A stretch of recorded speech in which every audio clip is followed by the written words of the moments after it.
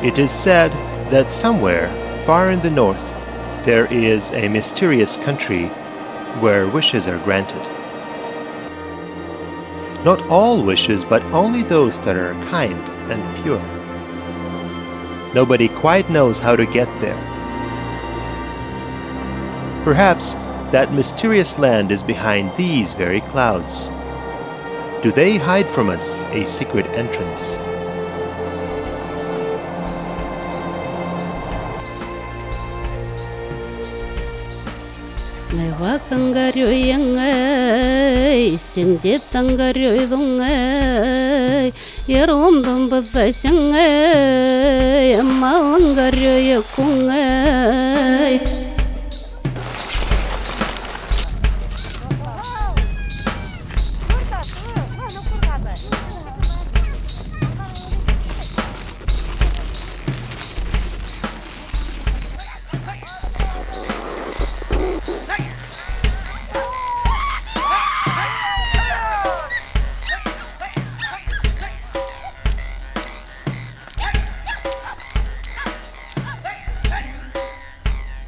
And so we head out on a long and wondrous journey to a land where harsh winter reigns for most of the year.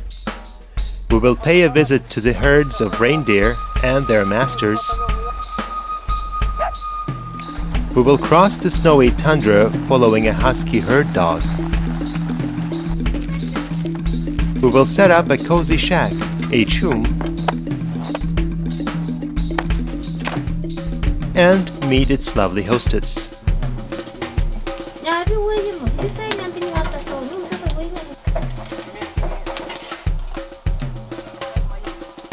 Then we will talk about raising children and find out some fascinating details about the lifestyle of these nomadic people.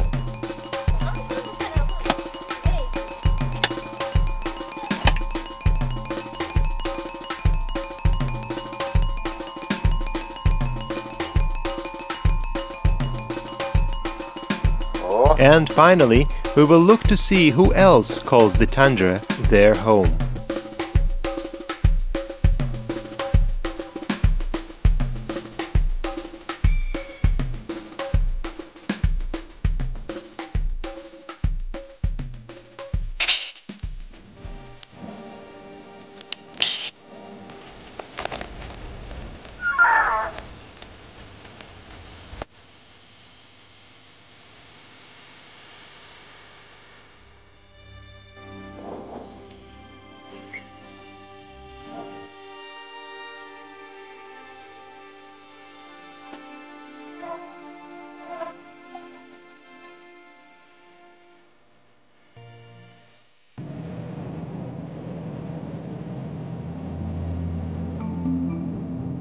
To get to the Arctic tundra, you first have to make it to some northern city.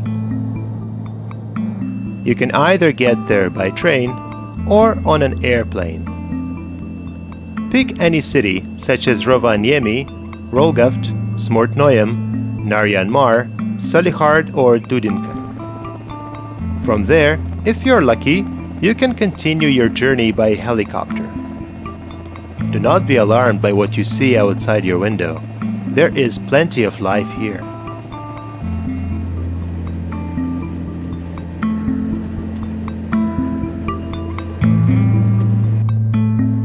If you don't have any luck renting a helicopter, then you can take a boat along one of the twisty rivers. Such rivers are plentiful in the north. Overall, there are many different paths that will lead you to this land of granted wishes. All are invited to make this journey.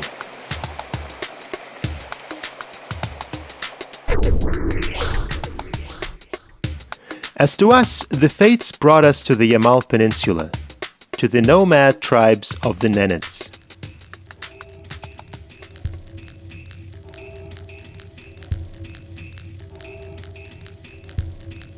The weather was still warm, but the flies and mosquitoes were already gone.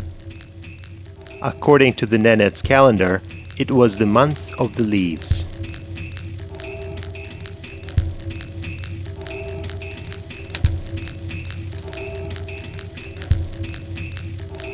The Nenets are kind and welcoming people. At the first meeting, the custom is to offer you a change of clothes and a place to warm yourself. Even though the hostess was shy with us first, she greeted the strangers warmly. The fire was lit and the kettle was soon brewing. We were offered seats of honor at the center of the chum and eagerly awaited the appetizers. The Nenets do not have much use for large dinner parties, but they do enjoy a mug of hot tea,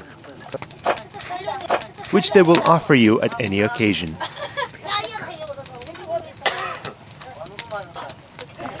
Soon we were joined by the men of the settlement, who at first studied us carefully. The first words said by a stranger will decide how he will be treated at the settlement. These are people of few words and have no respect for windbags or boasters. While the tea is brewing, we too examine the weathered faces of the herdsmen. The total population of the Nenets tribe is just over 40,000 people. But they settle all the way from the White Sea to the lower reaches of the Yenisei River. They call themselves the Nenets, and in their tongue, Nene Nenets means a true man. You shouldn't have any trouble communicating. If you do not speak Nenets, then you can safely switch to Russian.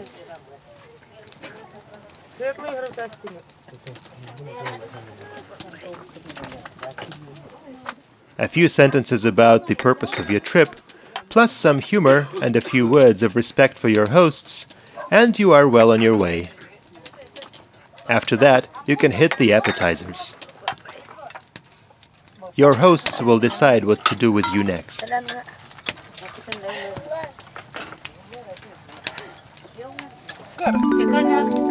Once our first contact was established and all tea was consumed, everyone was in a lighter mood.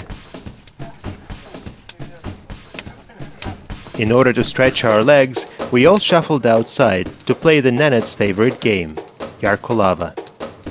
The purpose of the game is to throw a tinzan onto a hore.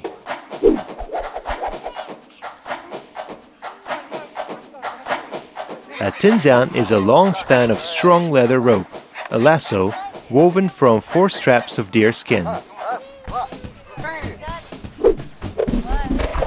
And a hore is a very tall wooden pole made from larch.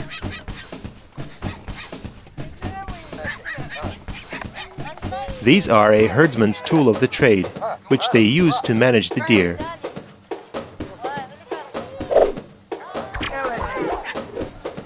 But in their time off, they use it for target practice. The rules are simple. Whoever manages to rope the pole the most times is the winner. Doing it in a few quick and precise movements is a touch of a true master.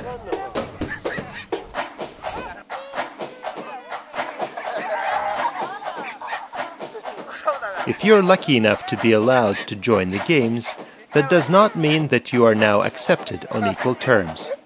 It's just another test, and not the last one at that. Do not get upset if everyone is laughing at you when you give it your best try. It's a laugh of friendly encouragement.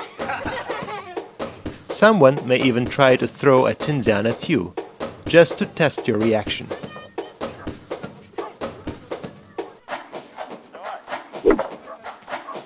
Will you get upset or get angry, or will you laugh it out? Just relax and be yourself. That's what everyone is looking for.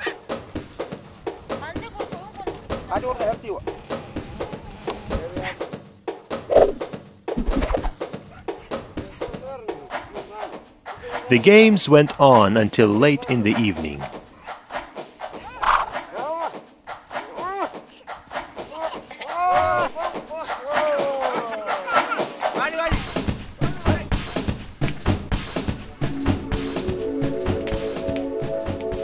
The weather was quiet, and the smoke from the tombs rose high into the evening sky, which spread above us wide like an enormous blanket. Happiness was right at hand in this land of granted wishes.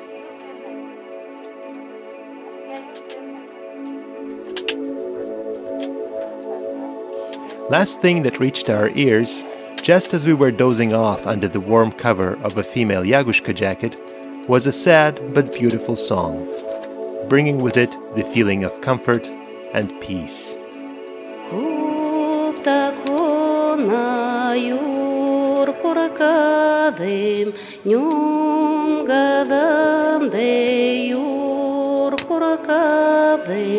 Nyumgadanda yurkura pani sera tsoangingo Nyumgadanda yurkura pani sera tsoangingo Yalko yamban mayembidim Nyumgadande ilingadim Seya komi binganyo mayambaringanyo Seya komi binganyo mayambaringanyo Ho nabnani imitango Nyantavadi metangadim Sovavadi metangadim Seya hadangingo Sovavadi metangadim Seya hadangingo.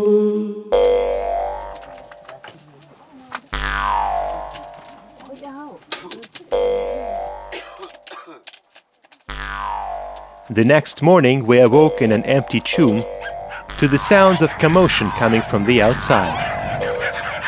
The loud barking of dogs and the shouting of men, women and children. The settlement was flooded by reindeer. Yesterday this place was peaceful and quiet, but today it was impossible to tell who was chasing and who was being chased. Reindeer herding is the Nenets' traditional occupation. This morning, the herdsman on duty returned to the settlement with the entire herd. The fall is mating season for the reindeer. Passion is in the air. The bucks are fighting for the does, and the herdsmen are keeping close eye on the winners. The active but infertile bucks must be isolated from the rest. Then the whole herd needs to be inspected and vaccinated. The herdsmen remove the old and sick animals and choose those with undamaged coats. Their skins will be used to make jackets, tomb covers, boots and lasso ropes. The reindeer are the strongest in the fall after a whole summer of feeding on plentiful pastures. They are strong, handsome, and the fur is simply majestic. Capturing and inspecting reindeer is a long and arduous process, and the entire settlement participates in it, from the very young to the very old. Following the orders, the dogs gather all the reindeer into one large circle. Then the men use their tinzian, the same lasso rope they used yesterday for target practice, to capture the animals that they want, usually the alpha males or the troublemakers, and lead them to the corral.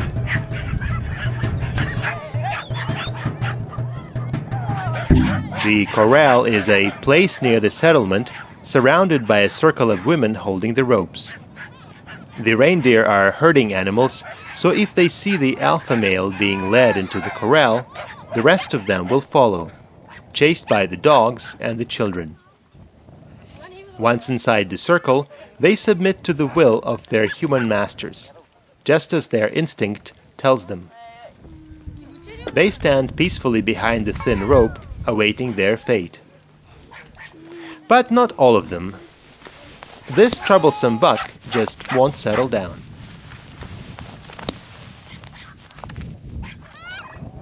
The entire herd was inspected while we were standing around with our mouths hanging wide open. Then the herdsman on duty took the reindeer back to the wild tundra pastures. Back inside the chum, the hostess rekindled the fire, and soon the air was filled with the tangy smell of burning willow. It was time for tea.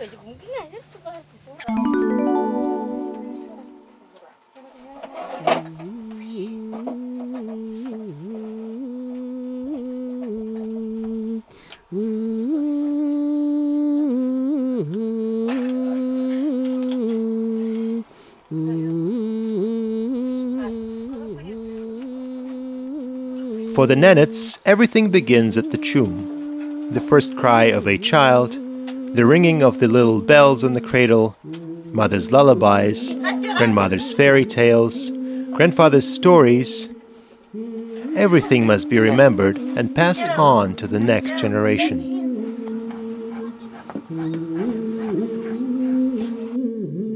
The chum itself is an amazing structure. Among all native dwellings, it's one of the warmest and coziest. A chum is a cradle of the Nenets family and is put together with the hands and the soul of the Nenets woman.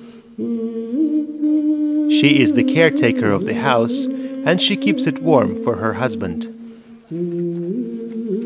He is the provider, the protector, and the father of her children. She must take care of him first of all, protecting him from hunger and cold outside.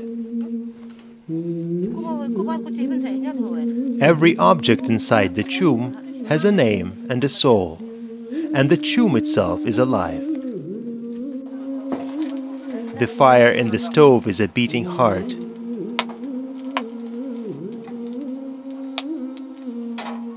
The poles and skins are a sturdy skeleton and a warm coat. The opening above the heads, a makada, is an eye that stares straight into space.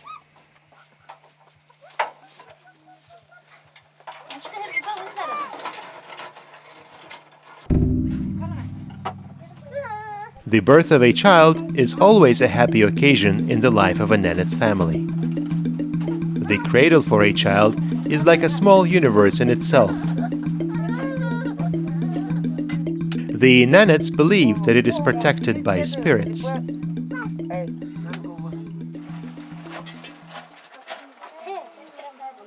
At first, each child is given a baby name. Usually, it reflects some event that took place at the time of birth. For example, if it was after a successful hunt, a child could be called Yabko, from the word Yab, meaning luck. Or, if he was born while traveling, he'll be called Musena. A Russian name is also chosen, such as Victor.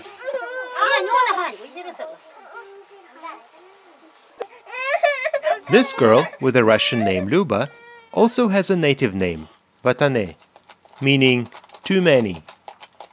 She was the 11th child in her family. Alexander is called Yarsu, crybaby, though if the child ends up crying too much, the name can be changed. When a child grows up, he gets a third name, which reflects the history of the tribe and is kept secret.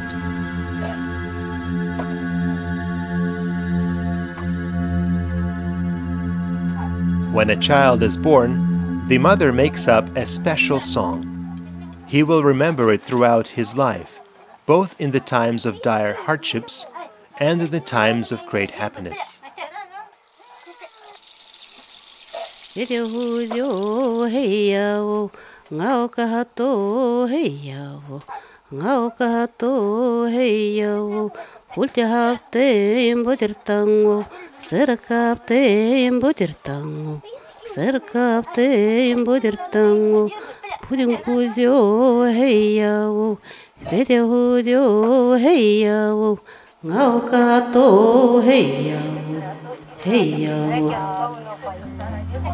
A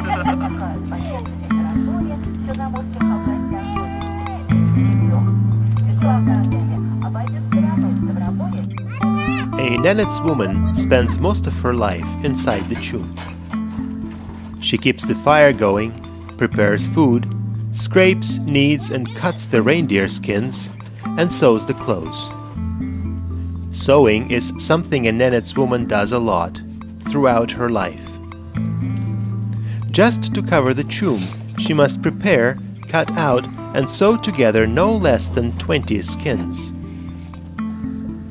She also has to make clothes for her children and her husband, including hats, parkas, and mittens.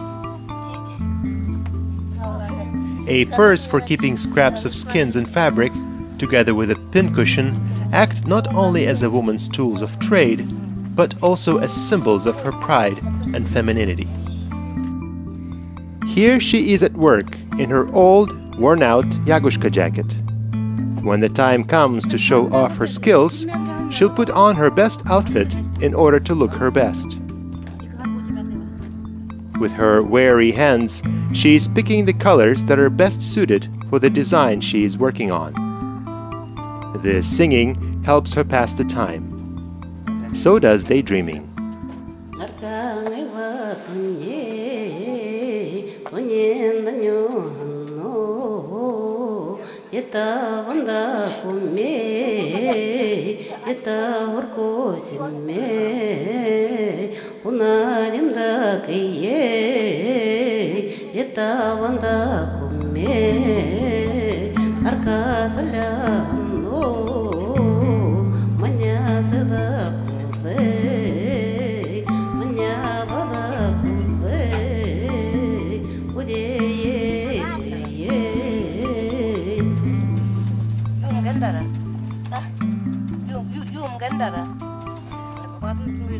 Whatever the mother is doing, she always enlists her daughters for help.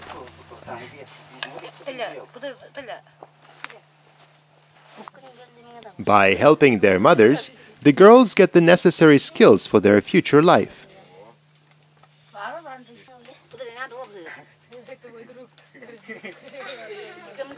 To begin with, they learn how to make outfits for their dolls. There are no toy stores in the Tundra where dolls are readily available, so everything is made at home. The body of a doll is made from scraps of multicolored fabric. The head is made from the beak of a goose, if it's a boy doll, or from the beak of a duck, if the doll is a girl.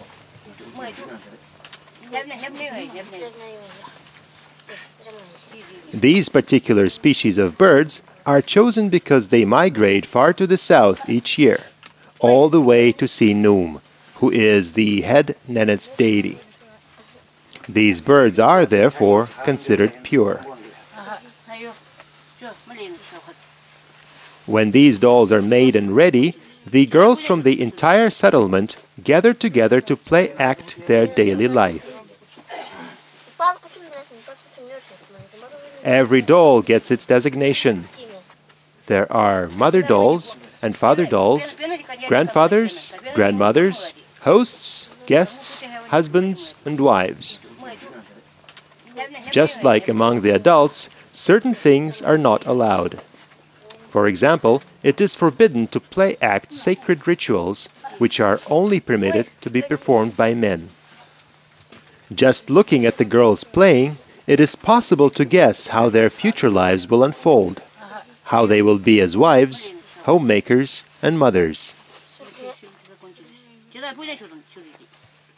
For a Nenets girl, just being able to get together and play dolls with her friends is a happy occasion. Most of her time is spent helping her mother. Beside the usual chores with cleaning and sewing, they also get to do what we would consider hard adult work, such as chopping wood. At first, we were eager to offer our hostess a hand with such tasks as gathering firewood, lighting up the stove, or preparing tea.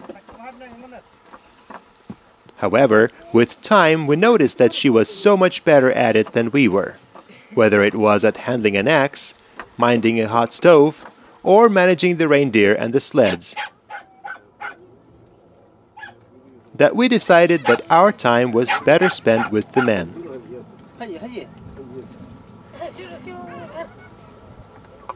Coming back at night to a warm and cozy chum, just to stretch on the skins, we slowly learned to look at things from a completely different perspective. Our notions of fairness, previously so firm, seemed to quickly fade when faced with realities of nomadic life.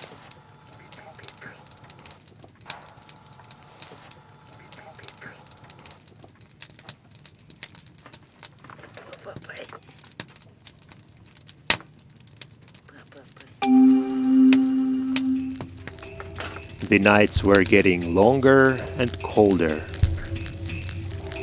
The lakes and creeks were more and more frequently bound in ice. The talk among the Nenets was that winter was coming. Compared to the measured summer life, the fall and winter is the time of frequent migration for the settlement. This is the time of year when mild weather can at any moment turn into a nasty blizzard, and thin walls of a summertime chum will no longer offer much of a shelter.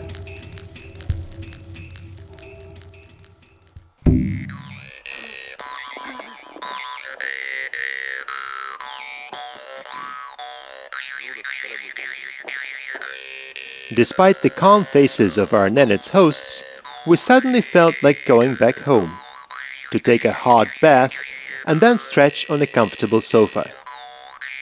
This is the path chosen by most outsiders who travel in these parts around this time of year. They suddenly come to a realization that they will never understand these nomads who voluntarily choose to follow the reindeer across icy tundra, carrying their strange house without doors or windows, along with the rest of their simple furniture.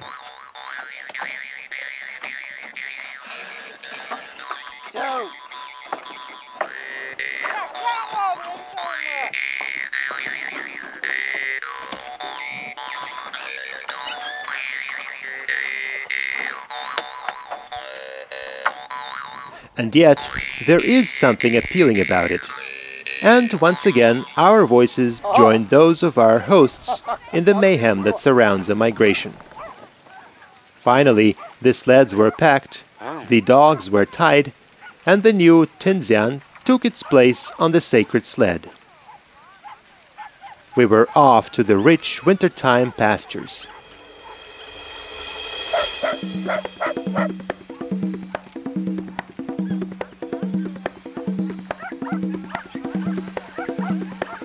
The procession made its way across the icy tundra like a noisy arch, filling the crisp air with the sound of people on the move.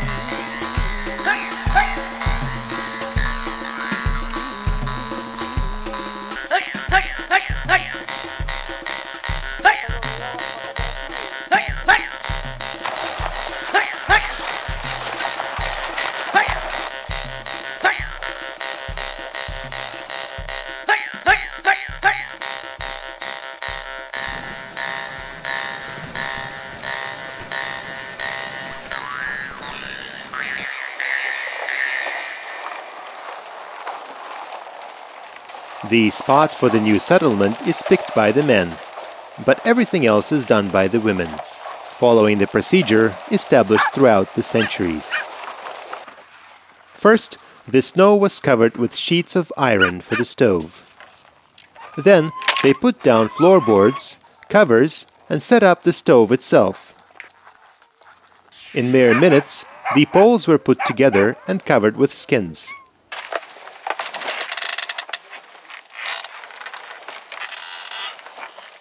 Half an hour later, the house was ready. Once the fire was lit, the women were ready to welcome their families and us guests as well. By the way, we're with a new family now and have been for a while. We switched during one of the legs of the journey.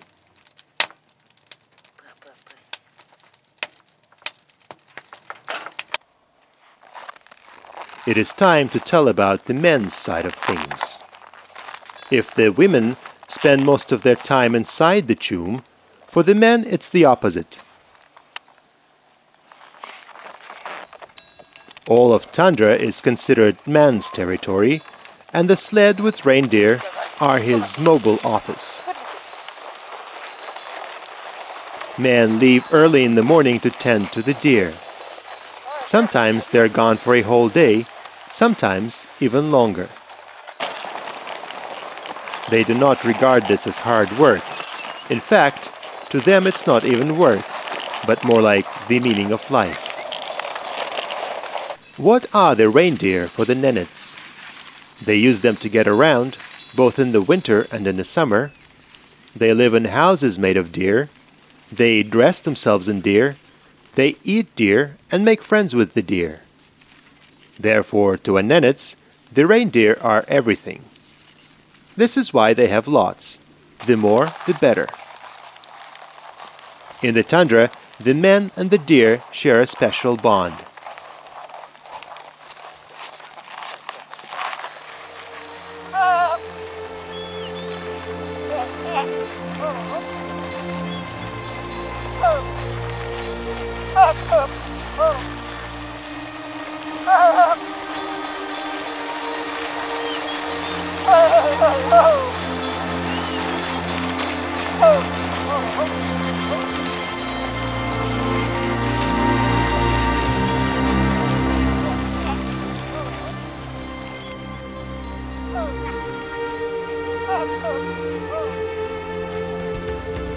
From an early age, the boys carry a knife on their belt, as well as the rope.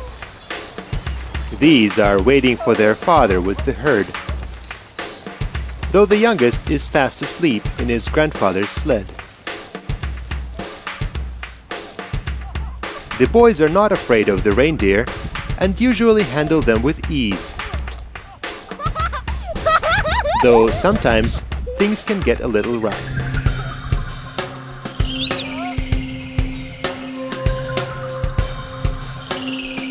Knowing how to manage a herd and being able to lasso the reindeer are considered essential skills. Watching the men at work feels like watching a performance, where the snowy tundra provides the backdrop and the decorations, and men, reindeer, and dogs are equally the actors and the spectators at the same time.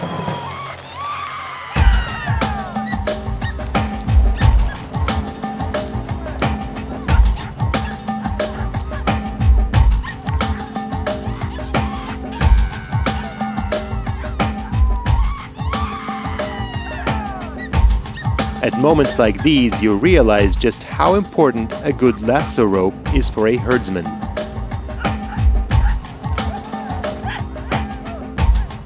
Every man makes their own, choosing the length and the weight of the rope according to their needs.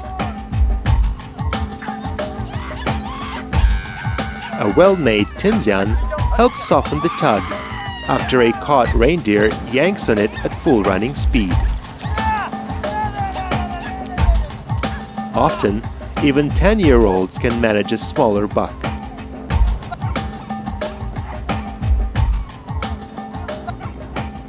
However, even with the best lasso rope, one can waste hours chasing after the reindeer. To a herdsman, the first and foremost helper is his dog, a remarkable herding husky. Despite being just knee-tall, These dogs are capable of amazing feats that can't be accomplished by other breeds. Their speed, agility, and most importantly, intelligence are astounding, as is their ability to follow the commands of their masters in managing thousands of reindeer.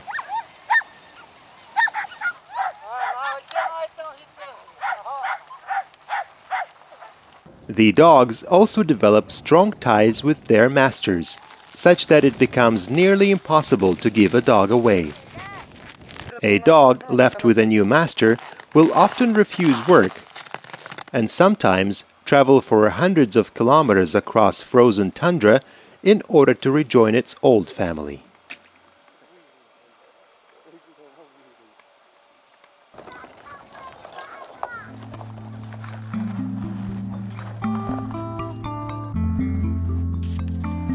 Days passed quickly, and before long they could hardly be called days anymore. Soon it was just one long polar night. In the time between measured migrations, we had plenty of opportunity to think.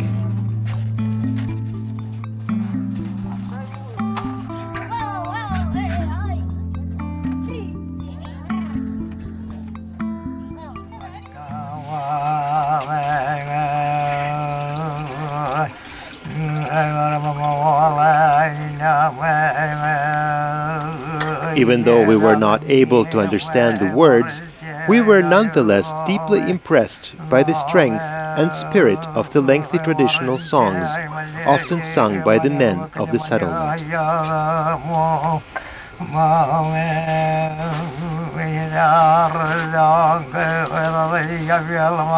These songs can last an hour, 2, 3, or even a whole day.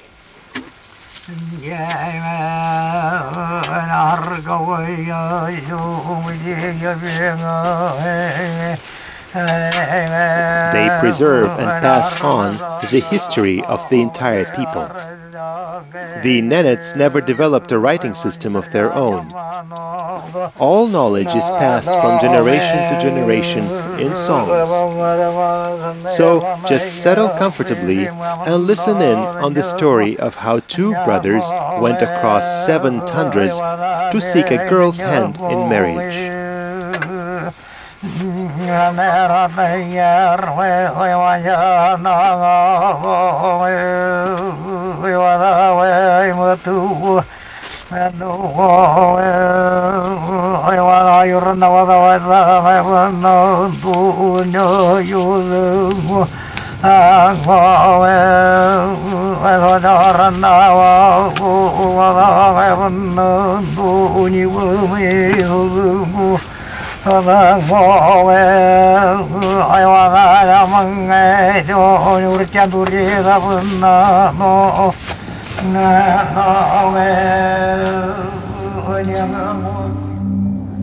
Finally, the first rays of spring sun peeked over the horizon. The polar night was coming to an end, and it was time to wake up.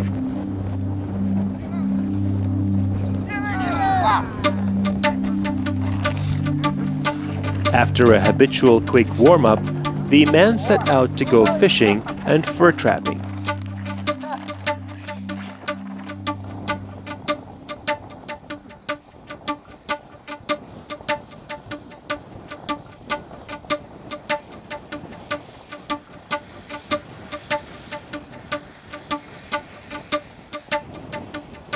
Fish is full of necessary nutrients and is overall a welcome addition to the daily diet that consists mostly of reindeer meat. The caught fish is frozen and then sliced into small pieces, which can then be taken on trips, such as when going on a herd duty or when visiting a neighboring settlement. Children often eat it like candy.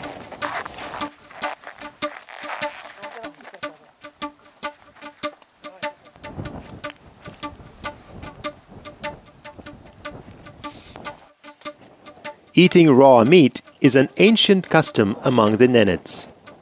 Not just because the fuel for cooking is hard to come by, but also in order to take full advantage of all the nutrients available in uncooked reindeer meat and blood. Children receive the best parts, the liver and kidneys.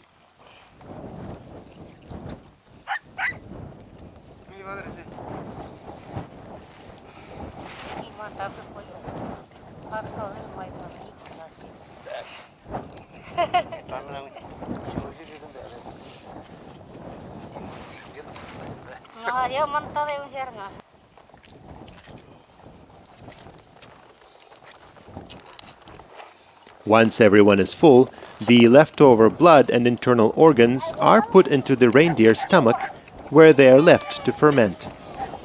It is then considered a delicacy.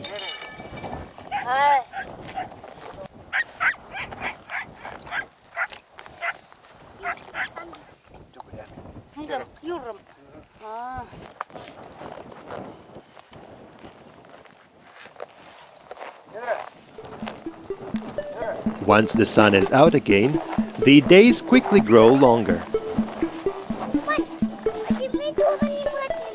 Even though the temperature is still well below zero, it is nonetheless considered springtime.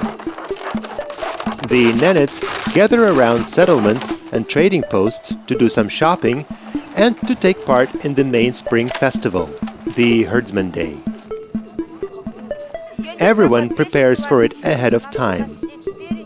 The women decorate the sleds and take out their best outfits, while the men pick their best and fastest reindeer in order to win the coveted prize in the main racing event.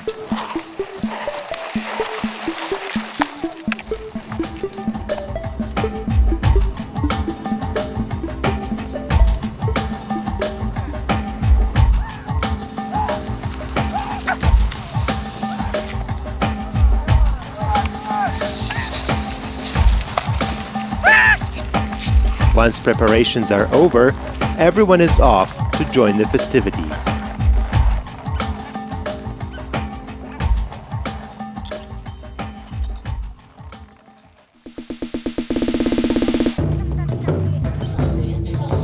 The event is not just for the Nenets. It includes all other peoples of the tundra, the Hunts, the Selkups, the Kami, and the Zyrians.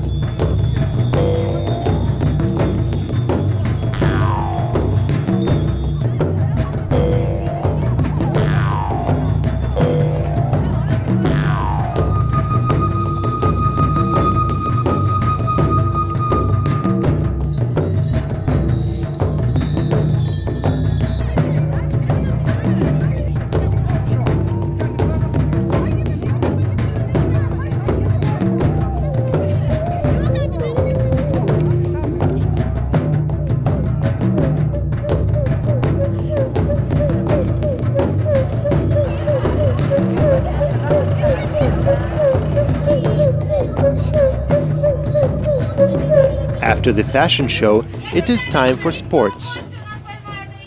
Some are best at jumping over the sleds. Others have an iron grip when it comes to the battle of tug-of-war. Yet others are best at throwing the tinzang.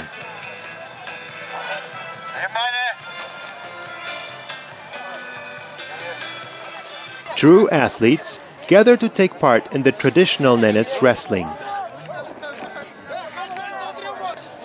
The rules are simple. First, the contenders tighten each other's belts.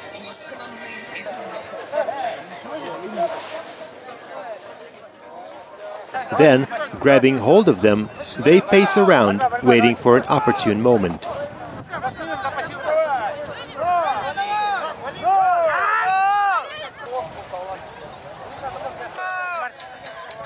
One throw and the opponent is standing upside down on his head. Another throw and he is on his back while you are sitting on top of him. Do this twice and you are the winner.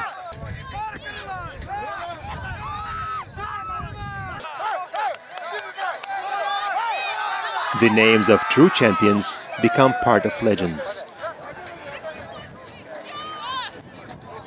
The main event of the festival is the reindeer racing.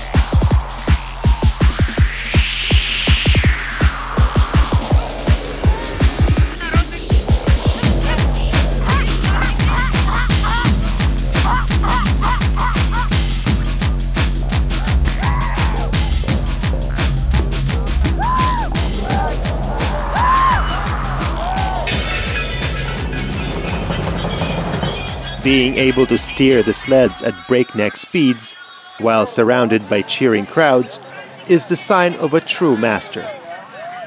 The winner of the race receives his well-earned grand prize, a shiny new snowmobile.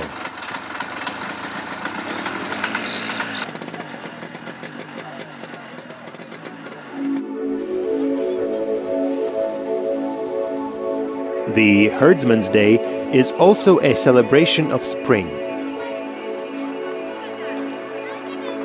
Even though the snow will cover the tundra for quite some time yet, the day has already won over the night, and the bright spring sun, reflecting from the tundra's white dress, fills everyone with the anticipation of its awakening.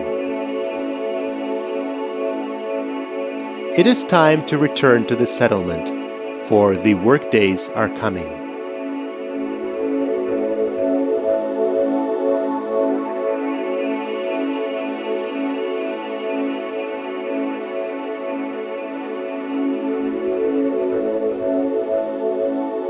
Soon, the ice on the rivers will break and it will be calving season for the reindeer. For the Nenets, it is migration time again. This time, it is back towards the north.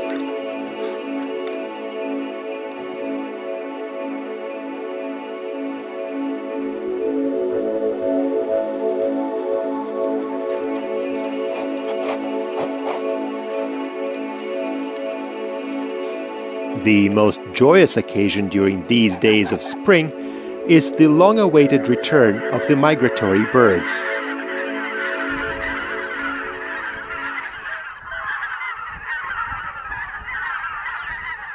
This is when the Nenets will say, Happy New Year! For life is returning again to the tundra in order to bring forth a new generation. Lakes, rivers, and even the tiniest puddles of water from melting snow soon gather large flocks of ducks.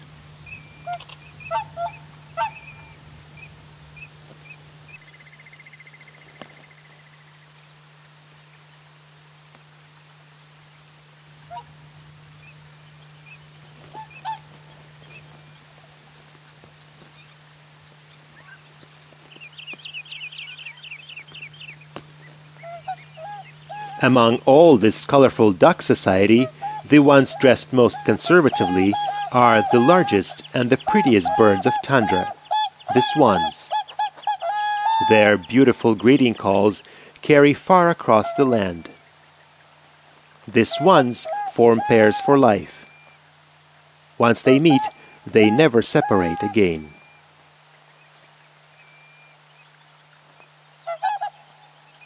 The birds are well known to the Nenets starting from their childhood.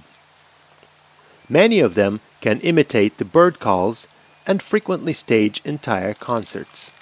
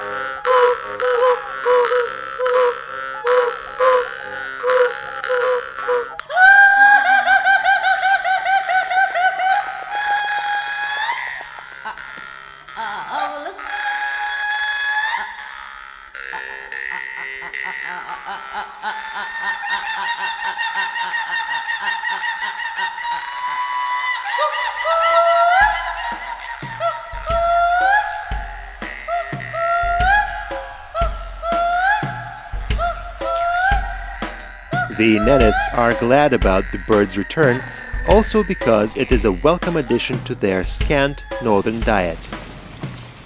Besides meat, the birds also provide feathers and down, and the girls can use their beaks to make new dolls.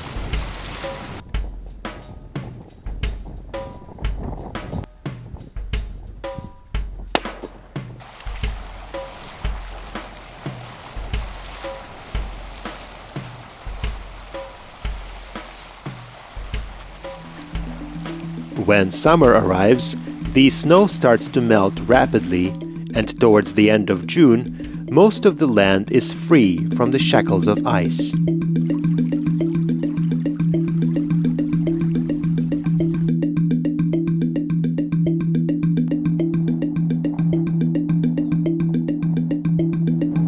The reindeer calves grow stronger and merrily hop after their mothers, following their source of tasty milk. The Nenets are preparing for yet another move. The insect season is coming, and soon it will be necessary to migrate further north, where cold and wind will help protect the herd from horseflies and other parasites.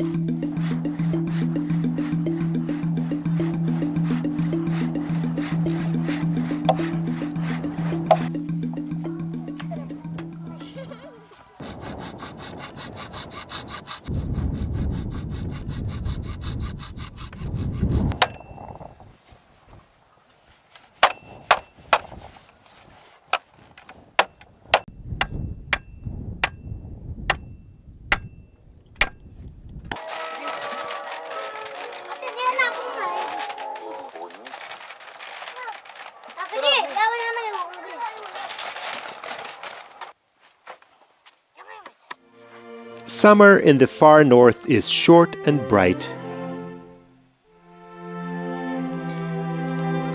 The multitude of colorful flowers covering the tundra looks very striking.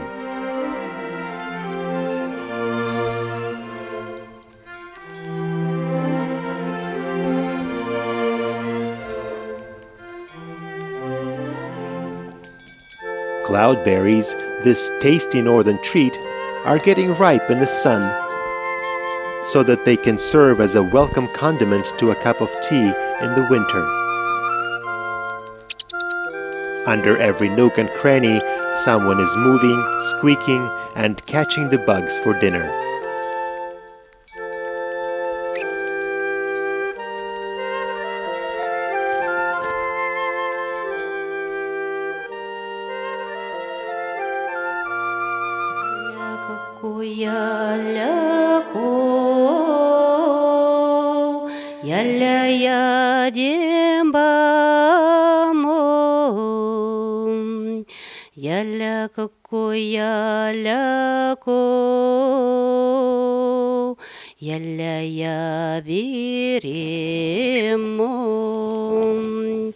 Yalla kukun sevarine manya maya bivo Yalla kukun sevayede Chidiyada Yalla yalla yalla numman soyaravы Наркавы яво юдава емню юдава емню A loon's sad calls announce the end of the summer. Nobody, not even the most active traveler, is capable of uncovering all secrets of life.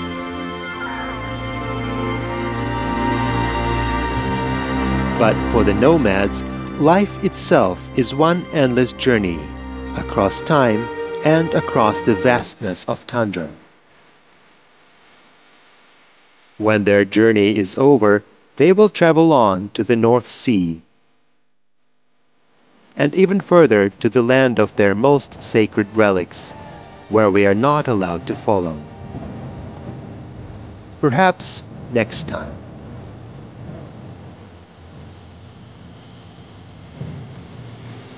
I forgot to mention whether our wishes ended up granted.